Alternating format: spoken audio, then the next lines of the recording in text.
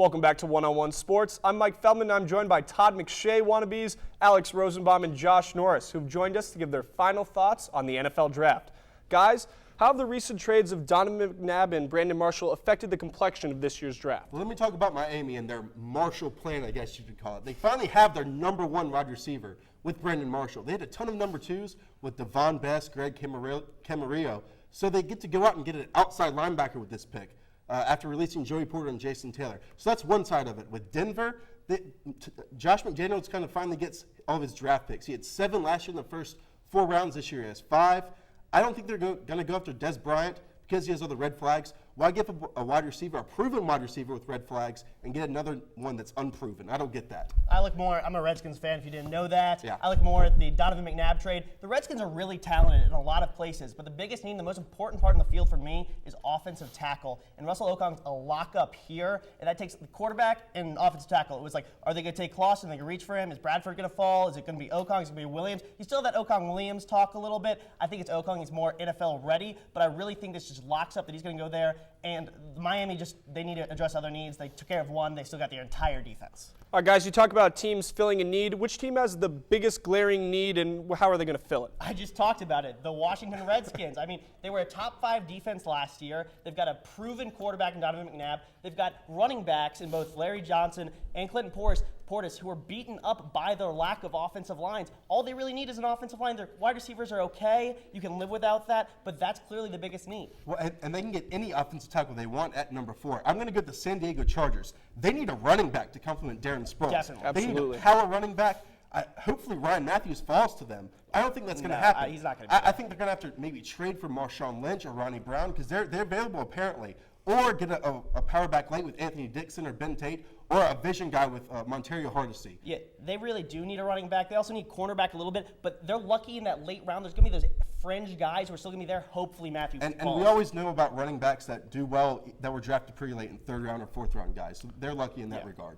All right, guys, you're talking about the later rounds. Who's the best value pick out there? See, for me, value is what potential players could have high ceilings after the 2nd round. I'm going to go with Jimmy Graham. This is a guy that played 2 seasons at basketball at University of Miami. Now he translates to football. He ran a 4.5 340, 6'6", 260 pounds. This guy's a high ceiling, and coaches are going to love to get him kind of football acclimated. We've seen Antonio Gates, Tony Gonzalez. These guys, he's going to possibly be the next one in that line. He has a lot of potential for being there late. He's going to go that 3rd round kind of area. He's got all the physical tools. Can he block? That's my biggest issue. You need a blocking tight end, but he can definitely receive. He'll get up there, get the ball. My biggest value pick is Toby Gerhart. Talk about filling a need of someone who can step in right away. He's big and athletic. He can catch the ball, and he's got great vision. He was a Heisman finalist. He could fit in great in that 3rd round kind of area for the San Diego Chargers. I know you're a big Toby Gerhart fan. I'm not. I think he's Brian Leonard 2.0. See, if Brian Leonard 2.0, Brian Leonard could have been a Heisman finalist if he didn't have a top 5 running back in the same backfield with Ray Rice. So I'm not as big on Toby Gerhart as you are. He's more athletic than Leonard was. I really think he has a bigger impact. He's a lot like John Riggins coming to the league then. I know it's different now, but it's all about the system back. He can play that power back with a Darren Sproles. He'll be a fullback in 3 years. Watch. Little known fact about Toby Gerhart, we played on the same baseball team at Stanford baseball camp. So little shout out for Toby from your teammate Mike. But moving on, this is always something that scares teams in the draft. We see Darius Hayward-Bay, who is going to be taken way too early this year. It's clearly Joe Hayden, and I understand.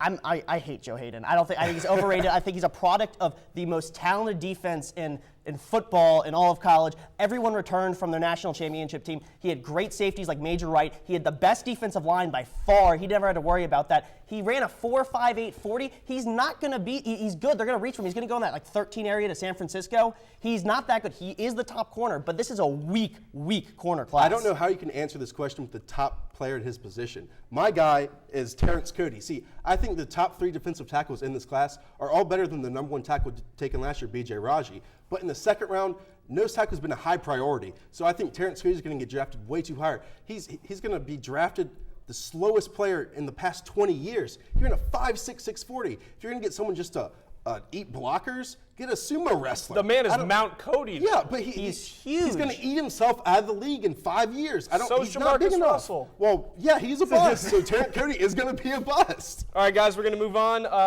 something talked about a lot. We're going to see the draft prime time on a Thursday. How is the new draft format going to affect the draft? It really is amazing what players have been traded just for a 5th-round pick. You have Santonio Holmes, Ernie Sims, Adam Carricker, and Ted Ginn Jr. All were former first-round picks. So draft picks are really high, probably more valuable than they've been in the past. I think you'll see teams trade up into the 2nd round and into the 4th round, since those are the Friday and Saturday days.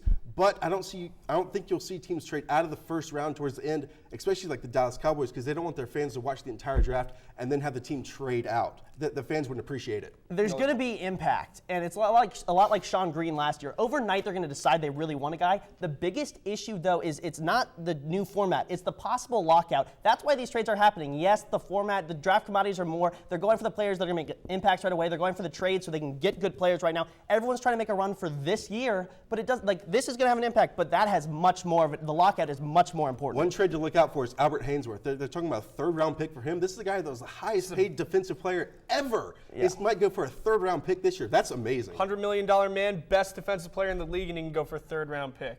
Draft picks are rated very high, but guys, thanks. Unfortunately, we have to take a quick commercial break, which gives me a chance to go study up for this week's dose of trivia. We're hung already, Mike. This is not trivia. This is a lifestyle. Don't even think about touching that remote.